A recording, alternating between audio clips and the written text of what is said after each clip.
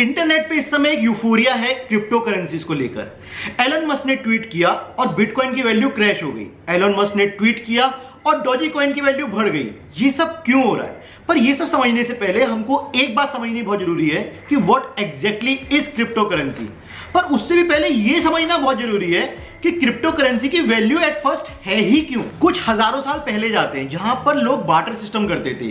दो इंसानों को कुछ गुड्स की वैल्यू है और वो उनको एक्सचेंज करते थे। कुछ केजी राइस के लिए कुछ एप्पल्स एक्सचेंज करते थे। पर कुछ समय के बाद ये समझ में आने लगा कि कितने राइस के लिए कितने एप्पल्स, ये बहुत सब्जेक्टिव है। तो फिर मेटल्स आए, मेटल्स के बाद कॉइन्स आए और फिर उसके बाद आई पेपर करेंसी। अब इस पेपर करेंसी की वैल्यू क्यों है? क्योंकि हम सब लोग अपनी गवर्नमेंट के अंदर ट्रस्ट करते हैं और अगर मैं इस पेपर करेंसी को बाहर लेके जाता हूं तो इसके अगेंस्ट मैं कुछ गुड्स खरीद सकता हूं जिनकी मेरी लाइफ में वैल्यू है। और ये सारी बातें सब लोग मानते हैं, सारे लोग गवर्नमेंट के अंदर ट्रस्ट रखते हैं, इसलिए इस करेंसी की वैल्यू है। तो क्रिप्टो करेंसी की वैल्यू क्यों है? क्योंकि बहुत सारे लोग मानते हैं कि ये फ्यूचर है करेंसी का और जो ट्रेडिशनल करेंसी है उसके अंदर दो मेजर इश्यूज हैं जिसको ये करेंसी इरेडिकेट करती है और इसका एक्सेप्टेंस मासिस करने लगी और धीरे धीरे एक्सेप्टेंस बढ़ने लगा। और क्योंकि एक्सेप्टेंस बढ़ेगा तो क्रिप्टो करेंसी की वैल्यू भी बढ़ेगी। सिंपल है। अब क्रिप्टो करेंसी ने ऐसे दो कौन से मेजर फ्लॉज थे या इश्यूज थे जो कि ट्रेडिशनल करेंसी में थे जिसको हटा दिया? तो पहला इशू है dependency on the central authority. आज जो हमारे पास ट्रेडिशनल करेंसी है वो सारी की सारी करेंसी गवर्न करती है एक सेंट्रल अथॉरिटी, हमारी केस के अंदर हमारी गवर्नमेंट। हम लोग मानते हैं कि हमारी गवर्नमेंट स्टेबल है, हम लोग उस पर ट्रस्ट करते हैं और हमने उसको पावर दे रखी है इतनी ज्यादा कि वो कुछ भी डिसीजंस ले सकती है और हम मानते हैं कि उनके डिसीजंस राइट होंगे ताकि हमारी जो करेंसी है उसकी वैल्यू हमेशा इंटैक्ट रहे। तो जब ऐसा होता है तो एक अथॉरिटी के पास इतनी पावर होती है कि वो कभी भी डीमोनेटाइजेशन कर सकते हैं, नोट चेंज कर सकते हैं और कुछ भी कर सकते हैं क्योंकि उनके पास पावर है। दूसरा इशू है कि एक्चुअली में हमारी जो करेंसी है उसके ऊपर कोई रिस्ट्रिक्शन नहीं है कि वो कितनी है। कभी भी चाहे तो गवर्नमेंट नोट छाप सकती है और रिसेंटली अभी इस कोविड के पेंडेमिक सिचुएशन के अंदर बहुत नोट छपे हैं। तो जब भी नोट छपते हैं तो नोट की जो वैल्यू है वो कम हो जाती है। सप्लाई ज्यादा आ जाएगी नोट्स की मार्केट में, डिमांड उतनी रहेगी तो वैल्यू ऑफ जो करेंसी है वो डिक्रीज हो जाएगी।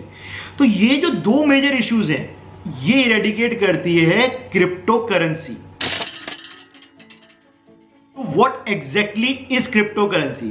Crypto currency is a peer to peer decentralised digital money based on blockchain technology. मैं इस लाइन का एक एक वर्ड बिल्कुल सिंपलेस्ट टर्म्स के अंदर समझाने की कोशिश करता हूं। तो सबसे पहले डिजिटल मनी। डिजिटल मनी जो है वो हमारे एक ट्रेडिशनल नोट्स की तरह फिजिकली छू नहीं सकते। It only exist on computer. एक डिजिटल फाइल की तरह समझ लो जो कि कंप्यूटर पे एग्जिस्ट करती है। कोई कॉइन नहीं है, कोई नोट नहीं है, किसी भी तरीके से हम उसको बैंक से निकाल नहीं सकते, सिर्फ और सिर्फ कंप्यूटर्स में ही एग्जिस्ट करती है। That's digital money. डिसेंट्रलाइज्ड मतलब कि कोई भी एक सेंट्रल अथॉरिटी नहीं है जो कि इसको रेगुलेट या फिर गवर्न कर रही है। ये एक सिस्टम है नेटवर्क ऑफ कंप्यूटर्स का जिसको हम नोड्स बोल रहे हैं। मतलब कि बहुत बड़ा एक नेटवर्क है बहुत सारे कंप्यूटर्स का जो कि इसकी प्रोसेसिंग कर रहा है, इसकी रेगुलेशन हो रही है, जिसके अंदर इसकी वैलिडेशन हो रहा है। ये सारी चीजें बहुत सारे कंप्यूटर्स पे हो रही है, ना कि किसी एक सर्वर पे, ना कि किसी एक सेंट्रल अथॉरिटी के द्वारा। इसलिए ये डिसेंट्रलाइज्ड है। पीयर टू पीयर मतलब आज जो भी हम लोग ट्रांजैक्शंस करते हैं उसके अंदर बीच में एक मिडिल मैन होता है, एक अथॉरिटी होती है जिसके थ्रू हम लोग ट्रांजैक्शंस करते हैं। मुझे किसी को पैसा देना है तो मैं बैंक में जाता हूं, चेक डालता हूं, तो बैंक वहां पे मिडिल मैन है। या फिर मैं गूगल पे कर रहा हूं या पेटीएम कर रहा हूं तो उसके अंदर गूगल पे और पेटीएम जो है वो थर्ड पार्टीज हैं। एक पार्टी में, एक पार्टी जो पैसा रिसीव कर रही है या दे रही है और बीच में एक पार्टी जो कि ये ट्रांजैक्शन फैसिलिटेट कर रही है। अब ये जो है क्रिप्टो करेंसी इसके अंदर मिडिल मैन नहीं होता, it is peer to peer. मतलब इसमें सिर्फ दो पार्टीज इन्वॉल्व हैं, एक जो पैसा दे रहा है, एक जो पैसा ले रहा है। इसके अंदर बीच में कोई पार्टी नहीं है जिसके थ्रू ये पैसा जाएगा। अब क्योंकि ये डिसेंट्रलाइज्ड है और पीयर टू पीयर है तो इसको कौन मॉनिटर करेगा? कौन ये इंश्योर करेगा कि इसमें फ्रॉड नहीं हो रहा? कौन ये इंश्योर करेगा कि रीसेंट ट्रांजैक्शंस क्या हुए थे? मेरे पास 100 बिटकॉइंस थे, मेरे को 100 बिटकॉइंस किसी को देने हैं और मैंने उसको बोल दिया कि मैंने उसको 200 बिटकॉइंस दे दिए। इस चीज की वैलिडिटी क्या है, इस चीज की ऑथेंटिसिटी क्या है, ये चीज कैसे प्रूव होगी कि मैं जो बोल रहा हूं वो सही है या गलत है। यहां पर आती है ब्लॉकचेन टेक्नोलॉजी। तो ब्लॉकचेन जो है वो एक डेटाबेस है जो कि कंप्यूटर में एग्जिस्ट करता है, जिसके अंदर उस क्रिप्टो करेंसी के अंदर जितने भी ट्रांजैक्शंस हुए हैं आज तक हिस्ट्री के अंदर, वो सारे के सारे रिकॉर्डेड है। अब ब्लॉकचेन जो है उसके अंदर दो वर्ड्स हैं, ब्लॉक एंड चेन। तो ब्लॉक क्या है, आप ऐसा समझिए कि जब आज हम लोग कोई भी ट्रांजैक्शन करते हैं तो उसके अंदर कुछ बहुत इंपॉर्टेंट इंफॉर्मेशन होती है, जैसे मेरे पास पहले कितना पैसा था, मैंने कितना पैसा किसको दिया, उसके पास कितना पैसा था, अब उसके पास कितना हो गया, राइट, ऐसी इंफॉर्मेशन। और एक यूनिक नंबर होता है जिससे कि ये सारे ट्रांजैक्शंस के रिकॉर्ड कीपिंग कर सके। अब ये सारी इंफॉर्मेशन हम लोग कह रहे हैं कि एक जगह पे स्टोर हो रही है, जिसको हम कह रहे हैं ब्लॉक। तो एक ट्रांजैक्शन से रिलेटेड जो भी इंपॉर्टेंट इंफॉर्मेशन है उसको इंफॉर्मेशन को हम स्टोर कर रहे हैं एक ब्लॉक में। अब एक नेक्स्ट ट्रांजैक्शन हुआ, उसके अंदर भी सेम इंफॉर्मेशन होगी। अब ये सारी इंफॉर्मेशन जो है एक चेन बना रही है जो कि कहलाती है ब्लॉक चेन। अब जब भी एक नया ट्रांजैक्शन होता है और वो वैलिडेट होता है कि ये ट्रांजैक्शन ट्रू है, तो वो ब्लॉक उसी ब्लॉक चेन में जाके ऐड हो जाता है और ऐसी एक लंबी चेन बनती जा रही है। अब इसका फायदा क्या है कि अगर कोई भी इंसान इसमें फ्रॉड करना चाहेगा तो वो किसी ट्रांजैक्शन की वैल्यू को चेंज करेगा, जिसकी वजह से सारे ब्लॉक के अंदर को चेंज करना पड़ेगा, क्योंकि सारे ब्लॉक्स आपस में एक दूसरे के साथ इंटर रिलेटेड हैं। तो ये करना ऑलमोस्ट नेक्स्ट टू इम्पॉसिबल है, जिसकी वजह से क्रिप्टो करेंसी बहुत ही सिक्योर हो जाती है। पर सोचने वाली बात यह है कि जब हमारे पास कोई सेंट्रल अथॉरिटी ही नहीं है तो जो ब्लॉक में इंफॉर्मेशन है वो ट्रू है या नहीं, ये कौन बताएगा। अभी तो हमारे लिए वो बैंक्स करते हैं। जब मैं जाता हूं और उसको चेक देता हूं कि मेरे को ये चेक दूसरे आदमी को डालना है 1 लाख रुपए का, तो वो चेक करते हैं कि मेरे अकाउंट में 1 लाख रुपया है भी कि नहीं, मैं ऐसे ही तो फ्रॉड नहीं कर रहा। तो अभी ये चीज कौन कर रहा है, यहां पर आती है माइनिंग।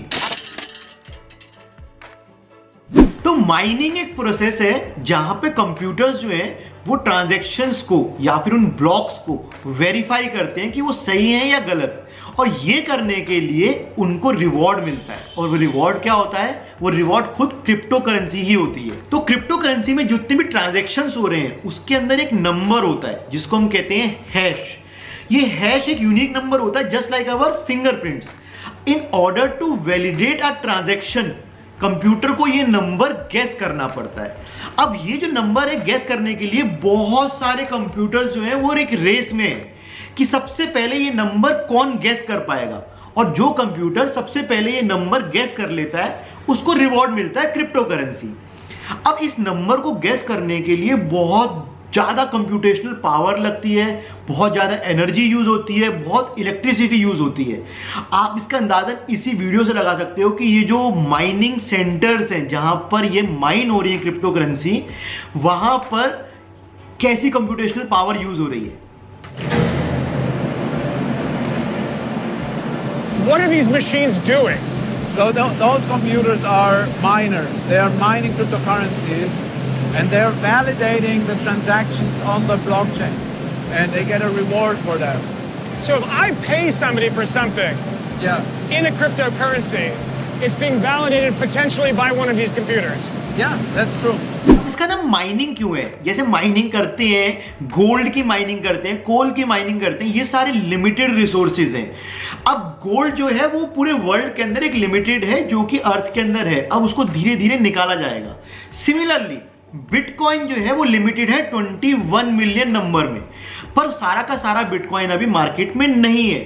तो धीरे धीरे मार्केट में वो बिटकॉइन कैसे आएगा, जब कंप्यूटर जो इन ट्रांजैक्शंस को वैलिडेट करेंगे उसके अगेंस्ट जो उनको रिवॉर्ड मिल रहा है वो बिटकॉइंस हैं या फिर क्रिप्टो करेंसीज हैं, तो वो मार्केट के अंदर नई क्रिप्टो करेंसीज या नए बिटकॉइन ऐड हो रहे हैं। और इस प्रोसेस को हम कह रहे हैं माइनिंग, क्योंकि वो लोग एक ट्रांजैक्शन या एक प्रोसेस को वैलिडेट करने में हमारे को हेल्प कर रहे हैं और उसके अगेंस्ट रिवॉर्ड मिल रहा है।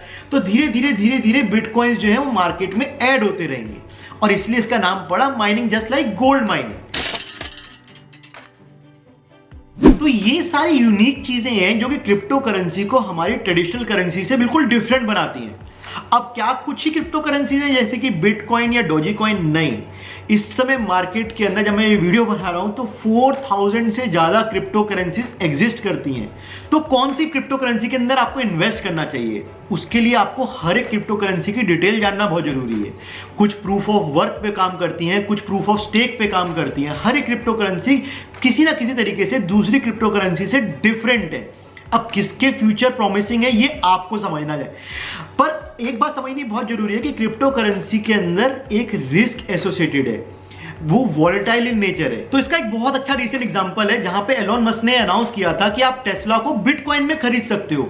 अब क्योंकि करेंसी का एक्सेप्टेंस बढ़ गया तो उसकी वैल्यू बढ़ गई, और कुछ टाइम के बाद एलोन मस्क ने काफी सारे बिटकॉइन डंप कर दिए और ये कहा कि अब आप टेस्ला को बिटकॉइन में नहीं खरीद सकते क्योंकि इसकी माइनिंग के अंदर बहुत सारी कंप्यूटेशनल पावर यूज हो रही है, बहुत ज्यादा एनर्जी यूज हो रही है, जिसका कि एनवायरनमेंट पे नेगेटिव इंपैक्ट है। और सिर्फ एक ट्वीट की वजह से एक ही दिन के अंदर बिटकॉइन की वैल्यू 17% गिर गई थी। अब इससे आप समझ सकते हो कि एक ही इंसान का एक डिसीजन कितना इंपैक्ट कर सकता है क्रिप्टो करेंसीज को, और इसको ये कितना वोलेटाइल बनाती है।